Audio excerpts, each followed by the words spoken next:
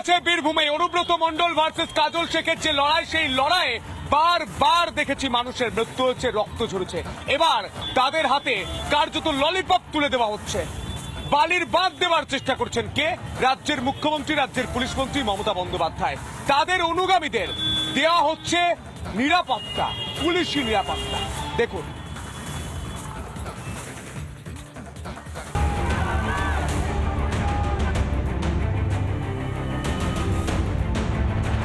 একুশের বিধানসভা ভোটে অনুব্রত মণ্ডলের নকুলদানায় কাজ হয়েছিল, কিন্তু অনুব্রতকে ছাড়াই পঞ্চায়েত ভোটে ভালো ফল করেছে তৃণমূল।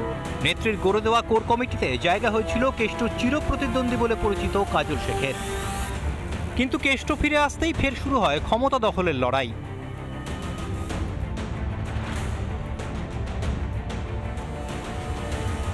মমতা বন্দ্যোপাধ্যায় অনেকবার অনেকভাবে বার্তা দেওয়ার পরও কেষ্ট কাজল দ্বন্দ্ব সামাল দেওয়া যায়নি। উপায় না দেখে অনুব্রতকেও কোর কমিটিতে টেনে আনলেন মমতা বন্দ্যোপাধ্যায়। ভেবেছিলেন এবার হয়তো কোন্দলে রাশ টানা যাবে, কিন্তু কিসের কি, দিনে দিনে দ্বন্দ্ব রণক্ষেত্রে পরিণত হলো, যার সাম্প্রতিক ছবি দেখা গেল কঙ্কালীতলা কাঁকড়তলায়। কোনো কিছুতেই যখন কাজ হচ্ছে না, তখন ললিপপি ভরসা। কঙ্কালীতলায় অনুব্রত গোষ্ঠীর মামুন শেখকে সশস্ত্র নিরাপত্তারক্ষী দেওয়া হলো সরকারের পক্ষ থেকে। এই মামুন শেখ আবার কঙ্কালীতলা পঞ্চায়েতের উপপ্রধানও।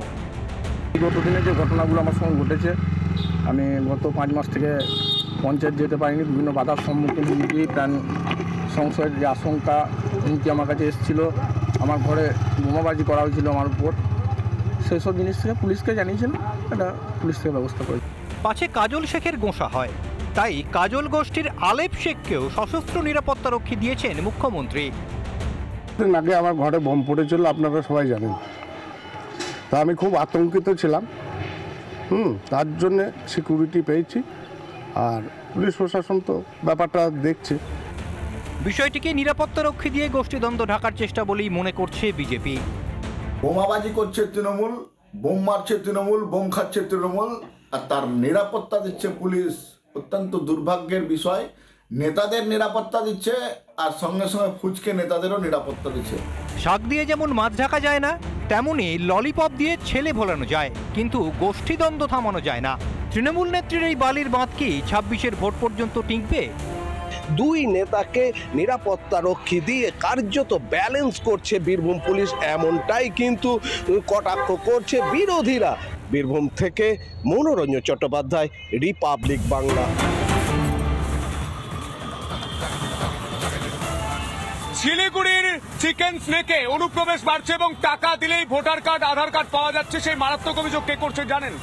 শাসক দলের শিলিগুড়ির তৃণমূল নেত্রী, শাসক দলের নেত্রী, তৃণমূলের নেত্রী এই অভিযোগ করছেন। এবং শুধু সেই অভিযোগ করছে না, যখন অভিযোগ করে ফেলেছে বুঝতে পারছেন, তখন নিজের ঘাড়ে দোষ না রেখে অপরের ঘাড়ে দোষ চাপাচ্ছে। নিশ্চয়ই এই নেত্রী ভুলে গিয়েছেন রত্না বিশ্বাসের বক্তব্য। যে তৃণমূল নেত্রী রত্না বিশ্বাস বলেছিলেন বাংলাদেশ থেকে যারা আসছেন তাদের ভোটার কার্ড, আধার কার্ডের ব্যবস্থা করবে সেই স্থানীয় তৃণমূল নেতৃত্ব। মারাত্মক অভিযোগ করছেন তিনি। কি বলছেন তিনি, শুনবো। অনুপ্রবেশকারী বলতে আমাদের যেহেতু সীমানা লাগোয়া একদম বর্ডার এরিয়ার মধ্যে আমাদের এলাকাগুলো পড়ে, খড়িবাড়ি বলুন, ফাঁসিদেওয়া বলুন, মাটিগাড়া বলুন, এখানে স্বভাবতই মানে দেখা যায়, যেটা আমরা বিগত বছর থেকেও দেখে আসছি, যে প্রচুর মানুষ বাইরের থেকে আসছে। দেখা যাচ্ছে যে প্রচুর বাংলাদেশিও আসছে। আমার বাড়িতেই একজন পরিচারিকার কাজ করতে এসেছিলেন, সে আধার কার্ড নিয়ে এসেছিল। আধার কার্ডটা একদম নতুন বানানো ছিল, উনি যথেষ্ট একটু বয়স্ক মানুষ ছিলেন। ওনাকে আমি একটু ভাবে জিজ্ঞাসা করাতে যে তো কার্ডটা কবে বানিয়েছো, তো বলছে এই তো কয়েকদিন হলো হাতে পেলাম, মানে এইভাবে বলছিল।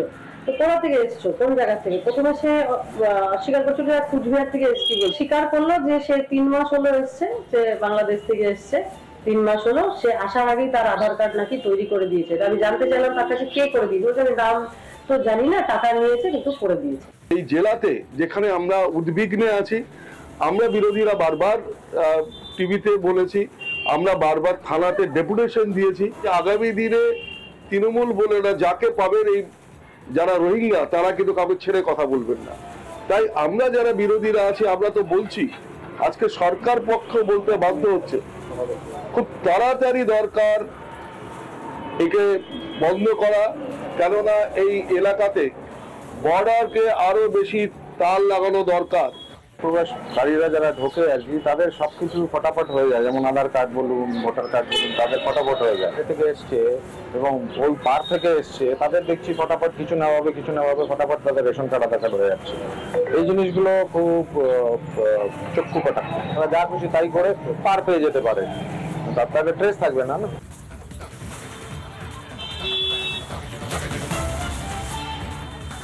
চিকেন স্নেকে বাড়ছে অনুপ্রবেশ, টাকা দিলে মিলছে আধার কার্ড, ভোটার কার্ড। অনুপ্রবেশের কথা মানল রাজ্যের শাসক দলও। টাকার বিনিময়ে তৈরি হচ্ছে আধার কার্ড। বাংলাদেশ থেকে এই রাজ্যে আসছেন অনেকেই। কি বিস্তারিত রিপোর্ট উঠে আসছে, দেখার চেষ্টা করবো। দেখো, ভারতবর্ষের চিকেন নেক করিডোর কিংবা শিলিগুড়ি করিডোর অত্যন্ত গুরুত্বপূর্ণ এবং স্পর্শকাতর এলাকা। এই চিকেন নেক করিডোরই সমগ্র ভারতবর্ষের সাথে উত্তর পূর্ব ভারতকে সংযোগ স্থাপন করে রেখেছে। বাংলাদেশের মৌলবাদীরা সহ বেশ কিছু দেশের জঙ্গি সংগঠন, তাদেরও টার্গেট এই চিকেন নেক করিডোর। শিলিগুড়ি মহকুমা পরিষদের তৃণমূল কর্মাধ্যক্ষা তিনি সরাসরি অভিযোগ করলেন, এই চিকেন নেক করিডোর অর্থাৎ মাটিগাড়া এলাকা একাধিক বাংলাদেশিদের হদিশ পাওয়া যাচ্ছে। বিভিন্ন সময়ে তারা ভারতবর্ষে ঢুকেছেন এবং 10,000 15,000 টাকার বিনিময়ে আধার কার্ড, ভোটার কার্ড তৈরি করেছেন। এই ভারতবর্ষের চিকেন নেক করিডোর, সেই করিডোর যে এক প্রকার নিরাপত্তাহীনতা বোধ করছে তা কিন্তু বলাই বাহুল্য। এখন দেখার বিষয় কিভাবে এই ধরনের অনুপ্রবেশের ঘটনা আটকানো যায় এবং সম্পূর্ণ রকম ভাবে সিকিউর করা যায় ভারতবর্ষের চিকেন নেক করিডোর। শিলিগুড়ি থেকে রণজিৎ বোস, রিপাবলিক বাংলা। এই মুহূর্তে আমরা দেখতে পাচ্ছি চিকেন স্নেক দিয়ে অনুপ্রবেশ চলছে। সেই মারাত্মক অভিযোগ রাজ্যের শাসক দল তৃণমূলের নেত্রী করছেন এবং সেই জায়গায় দাঁড়িয়ে তিনি অন্যের ঘাড়ে দোষ চাপানোর চেষ্টা করছেন। যেখানে আমরা দেখতে পাই কলকাতা থেকে ঢিলছোড়া দূরত্বে একজন তৃণমূল নেত্রী রত্না বিশ্বাস বলেন যে যারা বাংলাদেশিরা এখানে এসেছেন তাদের ভোটার লিস্টে নাম তোলার দায়িত্ব তৃণমূলের। সেই কথা নিশ্চয়ই এই শিলিগুড়ির তৃণমূল নেত্রী শুনেছেন। আমরা শোনানোর চেষ্টা করবো আরো কি বক্তব্য উঠে আসছে শিলিগুড়ি থেকে। मित्रों, इस सिलीगुड़ी कॉरिडोर पूर्वी भारत का बहुत महत्वपूर्ण व्यूहात्मक एरिया है। महानंदा और तीस्ता के बीच में सिलीगुड़ी कॉरिडोर पूर्वोत्तर और भारत को जोड़ने वाला ये महत्वपूर्ण रास्ता है। एसएसबी का यहीं पर डेरा जमाना पूरे भारत के लिए आश्वस्त होने के साथ साथ विश्वास का सांस लेने का भी एक बहुत बड़ा कारण बना है।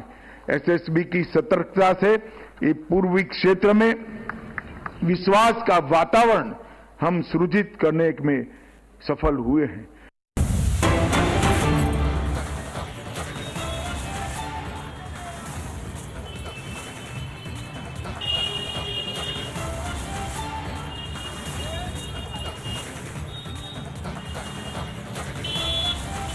এই মুহূর্তে ফের অনুপ্রবেশ ঢুকলো বিএসএফ। অনুপ্রবেশ ঢুকতে চালাতে হলো গুলি। মুর্শিদাবাদের জলঙ্গি সীমান্তে অনুপ্রবেশ আটকাতে চললো গুলি। জলঙ্গি সীমান্তে চললো গুলি। গুলি চালাতেই পগার পার অনুপ্রবেশকারীরা। এই রাজ্যে অনুপ্রবেশ হচ্ছে, এদেশে অনুপ্রবেশ হচ্ছে, এটা নতুন নয়। এটা কারোর কাছে আর নতুন নেই, কারণ প্রতিদিনই হচ্ছে। কিন্তু আটকানোর চেষ্টা করছে বিএসএফ। অনেক জায়গায় কাঁটাতার নেই, এখনো রাজ্য সরকার জমি দিতে পারেনি, তার জন্য সেই দিকে অনুপ্রবেশকারীরা ঢুকে যাচ্ছে এই বাংলায়। এই বাংলায় কি ছবি উঠে আসছে, পুরো ছবিটা আমি দেখানোর চেষ্টা করবো, দেখবো। বিএসএফকে গুলি চালাতে হলো অনুপ্রবেশ রুখতে। বিএসএফ সূত্রে যেটা জানা যাচ্ছে, মুর্শিদাবাদের জলঙ্গির যে চরভদ্রা সীমানা রয়েছে সেইখানেই কার্যত কিন্তু অনুপ্রবেশ ঠেকাতেই তাকে গুলি চালাতে হয়েছে। যেটা বিএসএফ সূত্রে জানা যাচ্ছে যে 7-8 জন বাংলাদেশি অনুপ্রবেশকারী তারা জোর করে কিন্তু ভারতে ঢোকার চেষ্টা করেছিল এবং প্রথমে বিএসএফ তাদেরকে বাধা দেয়। জোর করে কিন্তু অনুপ্রবেশ অর্থাৎ ভারতে ঢুকতে চায় সেই বাংলাদেশি অনুপ্রবেশকারীরা। এরপরেই কিন্তু বিএসএফ গুলি চালায়, পরপর 2 রাউন্ড গুলি চালানো হয়, যেটা বিএসএফ সূত্রে এখনো পর্যন্ত জানা যাচ্ছে। তবে এই গুলি চালানো ঘটনাতে কেউ কিন্তু আহত হয়নি। বিএসএফের এই গুলি চালানোর পর যারা অনুপ্রবেশকারী তারা সেখান থেকে পালিয়ে যায়। তারপরেই মুর্শিদাবাদের জলঙ্গি, রানীনগর সহ যে সমস্ত বর্ডার এরিয়াগুলো রয়েছে সেই সমস্ত জায়গাতে কার্যত কড়া নিরাপত্তা বাড়ানো হয়েছে। বিএসএফ দফায় দফায় সে সমস্ত এলাকাতে টহলদারি করছে, নজরদারিও কিন্তু বাড়ানো হয়েছে বলে এখনো পর্যন্ত বিএসএফ সূত্রে আমরা জানতে পারছি। মুর্শিদাবাদের বিভিন্ন সীমান্তবর্তী এলাকায় ইতিমধ্যেই বাড়ানো হয়েছে বিএসএফের নজরদারি। মুর্শিদাবাদ থেকে ইন্দ্রাশিস বাগচি, রিপাবলিক বাংলা। গতকাল রাতে কোনো গুলির আওয়াজ শুনেছিলেন? হ্যাঁ শুনেছিলাম। কটার দিকে মোটামুটি? 12-1টায় বলে। একটাই শব্দ ফ্রেন পাইছি আমি, এখন জানি কিভাবে হইলো, কে দৌড়াদৌড়ি পারলো না করলো। এরকম গুলি কি মাঝে মধ্যে হয়? মাঝে মধ্যে হয়, বোঝা যায় তো। কিসের ব্যবসা চলে মোটামুটি? পেন্সিলের রানি মদ দিটি সিটি, হাতে কোনো মাল টান সোনা দানা আনতো। কেউ কেউ ওই ব্যবসা করে? হ্যাঁ, এডি ব্যবসা সোনা চাঁদি এসব।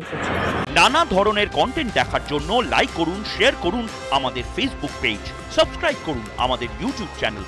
পাশাপাশি অন্যান্য ব্রেকিং নিউজের জন্য অবশ্যই চোখ রাখুন রিপাবলিক বাংলায়।